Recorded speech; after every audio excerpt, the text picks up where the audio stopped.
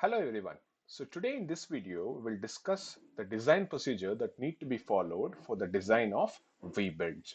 So as in case of a flat build, here also we'll be having around 9 to 10 steps that are need to be followed for the selection as well as the design problems category of V-builds. In that, step number one is again making up preliminary decisions regarding some major important aspects.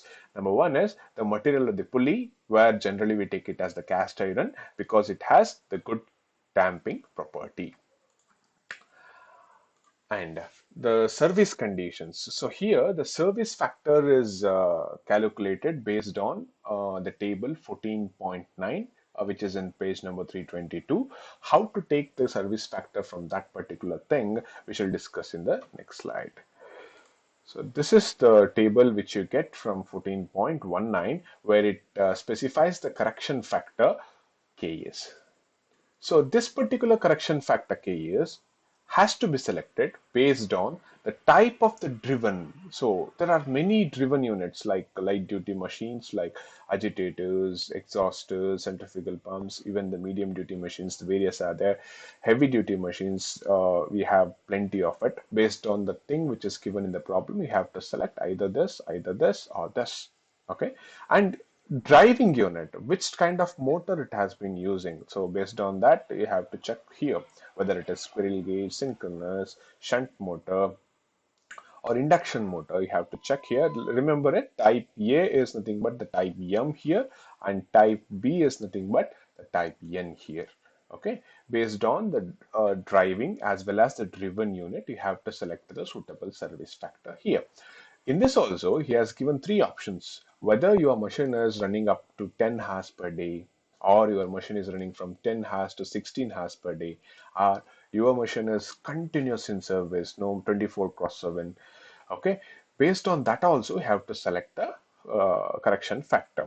Okay, you'll get to know more detail about this when you solve a couple of problems on this. If nothing is specified, then you have to assume it as 1.2.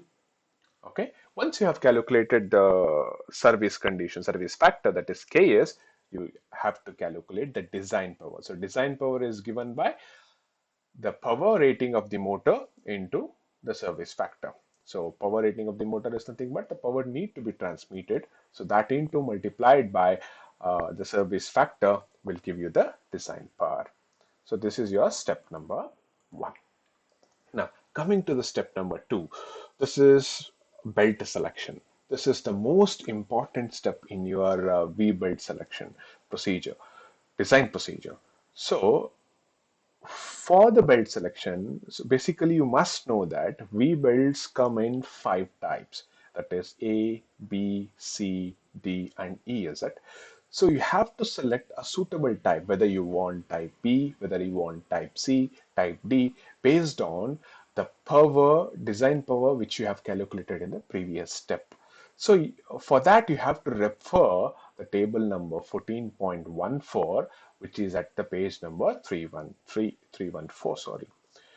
So this is the table, man. So here what you have to do is you have to look for the power ranges in kilowatts. Don't go for the horsepower, just go for the kilowatts and see whether if your design power lies between 10 to 70, then you have to take the belt number C, belt type C. If your power ranges is around 60, that means it falls from 35 to 150, is it? So then you have to select the belt D. Suppose you are selecting the belt D, what you have to do is you have note down the nominal top width, which is 32, just in your notes. Nominal thickness 19, you have to write in your notes. Maximum recommended velocity is 30, just write it in your notes. So that is about the step number two, which is the belt selection. After this, step number three, you'll calculate the pitch diameter of the motor pulley. See, it is not just the diameter in case of a V-belt. Why? Because the pulley will be having a groove, is it? So pitch diameter is nothing but you can blindly say the diameter which is calculated at the center of the groove. Okay, taking the circumference of the center of the groove, if you calculate the diameter, then it is known as a pitch diameter of a motor pulley, which is a crude pulley in case of a V belt. So that you'll be calculating based on the equation which you have used for the flat belts also. That is equation number 14.9, page number 292. That is T is equals to 630 into cube root of PD, where PD is your design power, omega max, whichever has the maximum velocity, maximum speed, sorry. So if N1 is maximum, so take it as 2 pi N1 divided by 60, you'll get the omega max for it. So substitute, you'll get the D for it. Now you have to standardize the obtained value, whichever is obtained value, by using table number 14.22, page 326. Using this particular thing, you have to standardize the things. And there are a couple of things to be followed while standardizing the uh, pitch diameters. See, this is the table that you have to follow for standardizing the diameters. So you'll be having,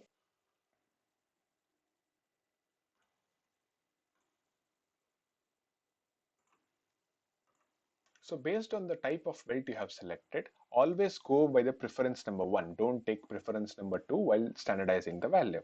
For an example, you have selected the belt type C in your previous step and you have calculated value as around 360, you guess, around 360. So what you'll be doing is you have to check here. So 355 is lower value, will never take it. You'll always go for the higher value, which is 375. So before fixing it to 375, just check the preference for the belt type C. The preference for the belt type C is 2. I said you always go with the preference number 1. So increase it to the next value. See, for the 400, you have preference number 1 in case of C belt. So your standardized value would be 400. So this is the way you standardize the things. You'll get to know when you solve the couple of problems under it. So just take it down as it is.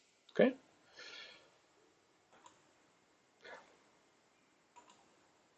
Okay. In the step number 4, you'll be calculating the pitch diameter of the other pulley using the velocity ratio which is specified in the problem. Again, you have to standardize using the same table, which is 14.22, page number 326. Okay. Again, you have to follow the same instructions which was specified in the previous step. Okay. There will be almost negligible slip in case of a V build, so you have to always neglect the slip in case of a V builds. You will be considering the slip in case of flat builds, right? So here in V builds, you no need to consider any amount of slip or no need to assume any kind of slip. You can just neglect the slip in the V build. So once you have standardized both the diameters, that means diameter of the driven and the diameter of the driver, what you have to do is naturally the velocity ratio would change, is it? So the revised velocity ratio you have to calculate, which is indicated as I dash, that is d2 by d1, where you have to substitute the standardized value. Once you substitute the standardized value, you'll get the revised velocity ratio.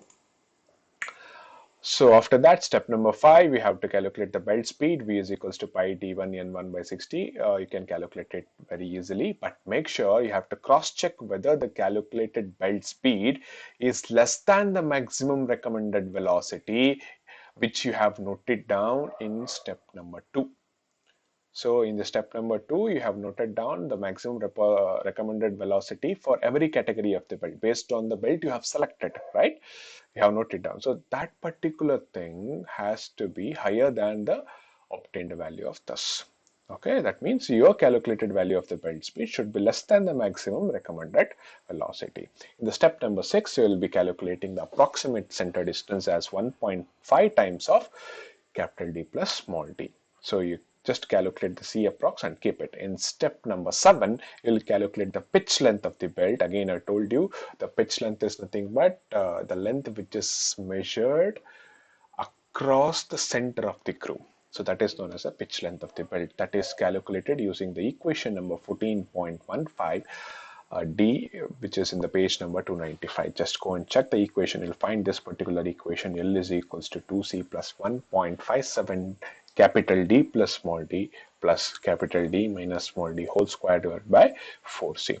So once you have got the pitch length, even the length of the belt has to be standardized. For that, you have to refer table number 14.17, which is at page number 313. So, okay, that is very easy. You can just standardize the things based on the belt you have selected. From that particular thing, you have to note down the inside length of the belt. So once you have now standardized the things, the standardized value exactly beside it will be having the inside length. Thus, you have to note it down, the inside length. Okay. Next step is step number 8, where you'll calculate the exact center distance. Remember, you have just calculate the approximate center distance just because you must calculate the pitch length, is it? From the pitch length, again, you'll be calculating the exact center distance where the police has to be placed. For that, you have constants A and B. Again, you can calculate using these two formulas the exact center distance of the V belt. For that, you can refer equation number 14.15a, which is in page number 295. In the step number 9, you will calculate the angle of contact of the police, which you have done in the flat belts already. Same thing will be noted down.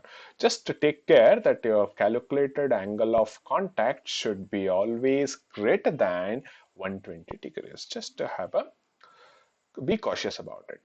Okay. Step number 10, this is very important. So the calculation of number of belts. So number of belts you can calculate by the equation 14.14, which is in page number 295 of your data handbook, which says n dash, the number of belts is equals to P into Ks, nothing but the power into Ks, that is the design power, divided by Kw. Kw is a power rating, Kl is correction factor for length, and Ka is correction factor for arc of contact. So what it is, how to calculate, you can just refer your data handbook for that. So here in this particular slot, you have the formula to calculate the number of belts, which specifies P into Ks. Ks you have already calculated in step number 1. So P into Ks is nothing but the design power, right? You can just substitute the design power in the place of this. Kw. What is this Kw? It is the power rating of the motor. I mean, power rating of this thing. How will you calculate the power rating? Based on the type of belt you have selected. Suppose you have selected the C belt, you have to use this particular formula here. Getting it? So this particular formula you have to use. From this, you'll be getting the Kw value. Let us see what all the contents are there in the formula. So Kw is something and all. You have V here. V is nothing but your belt speed by D1 N1 by 60, which you have already calculated. No issue with that. Come here. This is the thing. So dA is nothing but the equivalent diameter. So what is dE? Which is known as the equivalent diameter. See, even it is specified here also. So dE is the equivalent pitch diameter, where it is calculated as small d, which is the smaller diameter, into Kd. Kd is a smaller diameter correction factor you'll obtain from the table number 14.15. If you visit table number 14.15 in your data handbook, you'll get the value of Kd that you have to multiply with the smaller diameter to get the equivalent pitch diameter that you have to substitute here. Okay, so that's the thing. If you substitute the equivalent diameter here, velocity here, you'll get the Kw value. But one important thing that has to be kept in the mind is whatever the value of d if you have calculated, if it is less than 300, then you are supposed to take 300 itself. Okay, the maximum value of dE in the formula is 300. That means if you have calculated value of equivalent diameter is more than 300, say it is 450, say it is 500, then you are not supposed to take it as 450, 500 and all, because the maximum value of the dE in the formula is 300. So directly you have to take 300. If it is less than it, the suppose 250, 260, 200, if you get as such, so then you can take dE as 250, 260, 270, whatever it is. But if it should not exceed 300, if it is exceeding 300, then you have to take 300 itself. Okay, that is about the KW. KL is nothing but the correction factor for length, which you can get from the table number 14.20 very easily based on the inside length. So you'll be noting down the inside length, is it? So based on that inside length, the correction factor for KL can be obtained directly without any issue. Even KA also. KA is nothing but the correction factor for arc of contact, which is can be obtained by the table number 14.21 very easily without any issue. There is no issue in calculating KL and KA. So you have you know the value of PD, you know how to calculate KW, you have KL, you have KA. Substitute the things and calculate the number of builds, which ends the major part of the problem. Okay.